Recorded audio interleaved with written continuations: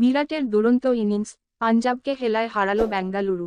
Video শুরু করার আগে আমাদের চ্যানেলটি সাবস্ক্রাইব করে, ভিডিওটিতে লাইক শেয়ার কমেন্ট করে আমাদের সাথেই থাকুন। বড় স্কোর গড়েও টেনশনে ছিল আরসিবি, কিন্তু শেষ পর্যন্ত রান তাড়া করতে গিয়ে হারল পাঞ্জাব। ফলে আইপিএলে কার্যত টিকে রইলেন বিরাট কোহলিরা। এদিন টসে জিতে পাঞ্জাব প্রথমে ফিল্ডিং করার সিদ্ধান্ত নেয়, কিন্তু শুরুতে অধিনায়ক ফ্যাফ ডু প্লেসিসকে ফেরালেও কোহলি ছিলেন অপ্রতিরোধ্য মেজাজে। উইল জ্যাকস আউট হওয়ার পরে তার সঙ্গে জোট বাঁধেন রজত পতিদার। তার 23 বলে 55 রানের ইনিংসে ছিল হাফ ডজন ছক্কা ও 3টি বাউন্ডারি।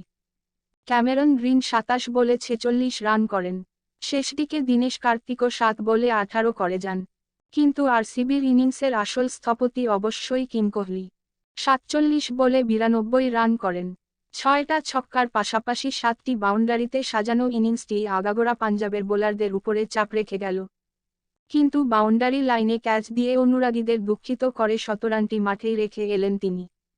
তবে এই মুহূর্তে অরেঞ্জ ক্যাপের অধিকারী এদিন টপকে গেলেন চলতি প্রতিযোগিতায় 600 রানের গণ্ডি। আইপিএলে এতদিন সবথেকে বেশি বার এক মরশুমে 600+ রানের কৃতিত্ব ছিল ক্রিস গেইলের। এদিন ক্যারিবিয়ান দৈত্যকে স্পর্শ করলেন বিরাট। সবচেয়ে বড় কথা, এতদিন রান পেলেও তার স্ট্রাইক রেট নিয়ে কথা উঠছিল। কিন্তু এদিন 196 স্ট্রাইক রেট রেখে খেলা ইনিংসটি সব সমালোচনারই ঊর্ধ্বে। একসময় মনে হচ্ছিল অনায়াসেই 250 পেরিয়ে যাবে বেঙ্গালুরু, কিন্তু শেষ পর্যন্ত তারা শেষ করল 7 উইকেটে 241 রানে। বড় রান হলেও যেহেতু প্রতিপক্ষ পাঞ্জাব, তাই সকলেরই ধারণা ছিল খেলা যে কোনো দিকে গড়াতে পারে।